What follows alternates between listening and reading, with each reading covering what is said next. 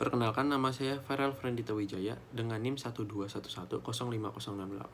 Di sini saya akan menjelaskan bagaimana anggota parlemen Inggris dipilih secara tidak demokratis. Sistem pemilihan yang dipakai di UK adalah sistem pemilihan first past the post yang digunakan oleh The House of Commons dan Dewan Lokal di Inggris dan Wales untuk memilih perwakilannya. Sistem ini yang berarti kemenangan berada di kandidat yang mendapatkan perolehan suara lebih banyak daripada kandidat lainnya. Sebagai contoh, terdapat 5 kandidat di wilayah konstituensi. Maka untuk menjadi pemenang hanya dibutuhkan lebih dari 20% suara. Kandidat yang memenangkan pemilihan akan menjadi MP di House of Commons. Kandidat ini biasanya menjadi perwakilan dari partai politik tertentu yang bersifat independen, dan semakin besar yang suara dimiliki, maka semakin besar juga kuota di parlemen. Ini juga menandakan setiap partai memiliki daerah kekuasaannya masing-masing. Dan Inggris mempunyai 2 partai terbesar yang berada di parlemen, yaitu Partai Konservatif dan Partai Buruh. Partai-partai kecil lainnya seperti Scottish National Party, Liberal Democrat, dan lainnya mendapat sedikit kursi di parlemen. Data terakhir menunjukkan terdapat 361 kursi dikuasai oleh Partai Konservatif dan 203 kursi oleh Partai Buruh, dan sisa 86 kursi lainnya dimiliki oleh 8 partai kecil lainnya dan 1 speaker. Dalam konteks Inggris ada 3 kelebihan utama yang first past the post tawarkan, yaitu adanya kedekatan antara daerah konstituen dan anggota parlemen.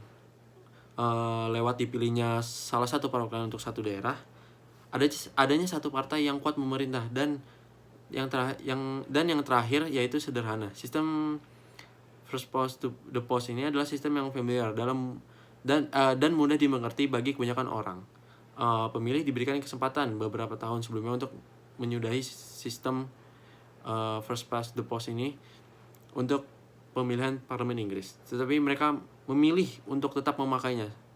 Dan selain itu, ada banyak kekurangan dalam menjalankan sistem ini, khususnya soal representasi di parlemen. Yang pertama, sistem ini secara tidak langsung mengucilkan partai-partai kecil. Dan yang kedua, sulit untuk memasukkan minoritas untuk bisa memenangkan kursi di distrik tersebut. Yang ketiga, sulit untuk membuat representasi perempuan masuk ke dalam parlemen. Hal ini juga dikarenakan partai politik akan cenderung mencalonkan mereka yang diterima secara umum di daerah tersebut. Keempat, partai-partai yang berdasarkan etnis atau daerah, ya karena sistem ini terbagi menjadi distrik-distrik dan akan cenderung dibesar-besarkannya soal wilayah kekuasaan, di mana satu pihak partai memenangkan semua kursi di konstituen. Karena jika partai tertentu mempunyai dukungan kuat di negara bagian tertentu dan partai ini memenangkan suaranya di sana, maka itu sama saja memenangkan partai tersebut di hampir semua kursi anggota parlemen. Hal ini cenderung juga menyingkirkan minoritas di daerah tersebut, dan hal ini memperkuat bahwa anggapan politik adalah soal siapa diri Anda dan di mana Anda tinggal. Beberapa penyimpulan sistem ini bersifat tidak demokratis karena banyaknya voting warga yang disia-siakan. Di sebagian besar daerah pemilihan, lebih banyak orang yang hasil votingnya bertentangan dengan kandidat yang mereka pilih. Partai pemenang bisa dipilih oleh total kurang dari 50% pemilih. Hal ini terjadi pada 2019 ketika Partai Konservatif memenangkan pemilu meski hanya memenangkan 43,6% suara.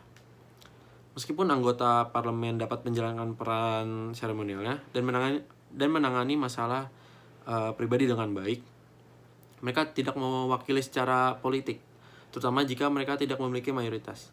Hal ini terjadi tidak hanya sekali.